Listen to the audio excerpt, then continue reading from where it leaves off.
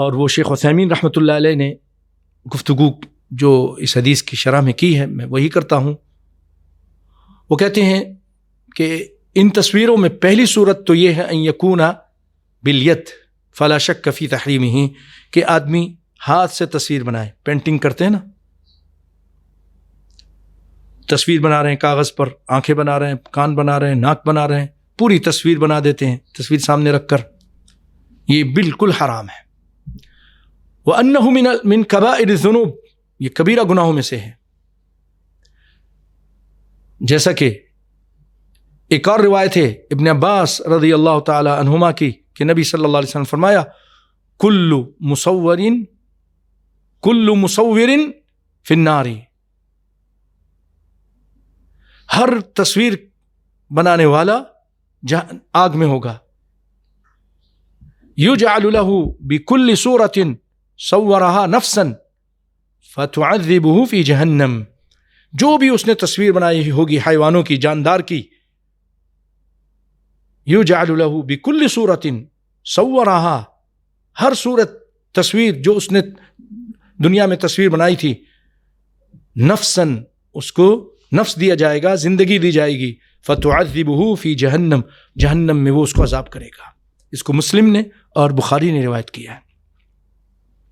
اور اما عائشہ رضی اللہ تعالیٰ عنہ روایت کرتی ہیں آپ صلی اللہ علیہ وسلم سے کہ آپ صلی اللہ علیہ وسلم فرمایا اشد الناس عذابا یوم القیامت المصورون، سب سے شدید ترین عذاب قیامت کے دن ہوگا تو تصویر بنانے والوں کو ہوگا.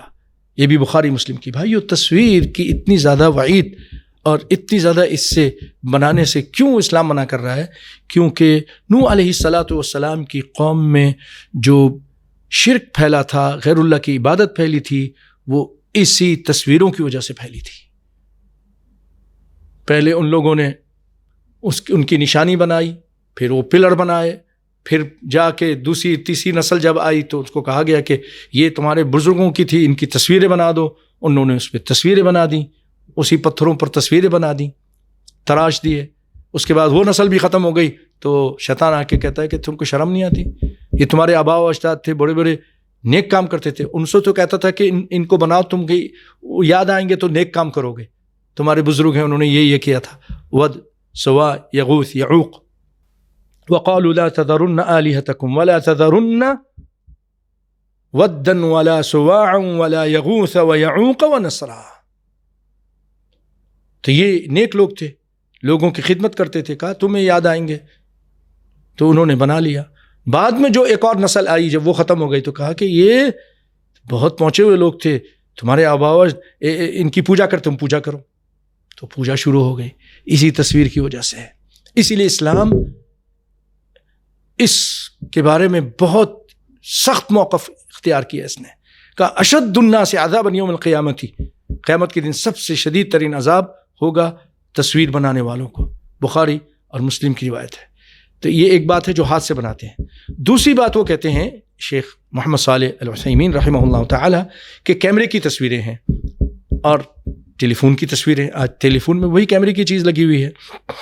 تو وہ کہتے ہیں یہ اس سے کچھ کم درجے کے ہے،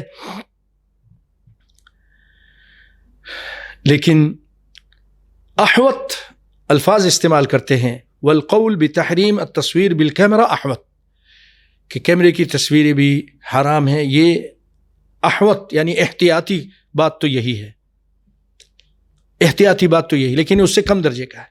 شیخ عثیمین کہتے ہیں تو اس سے بھی بچنا چاہیے، اور جو ضرورت ہو اس میں استعمال کریں. ضرورت کے وقت اس کو استعمال کریں، مثلا CPR کے لیے، NIC کے لیے، پاسپورٹ کے لیے، دیگر اور معاملات کے لیے.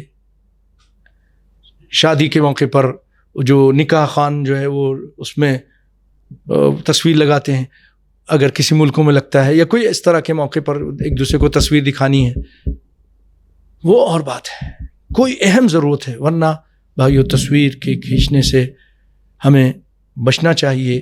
خاص طور پہ کھینچنے والا تو بہت بڑا مجرم ہے، اور جو لوگ شوقیہ کھنچاتے ہیں وہ بھی اس جرم میں شامل ہیں. اور یہ ایسی چیز ہے کہ کبھی کبھی نہ چاہتے ہوئے بھی ٹھیک ٹھاک دیندار لوگ بھی اس میں کبھی کبھی ملوث ہو جاتے ہیں، اللہ معاف کرے۔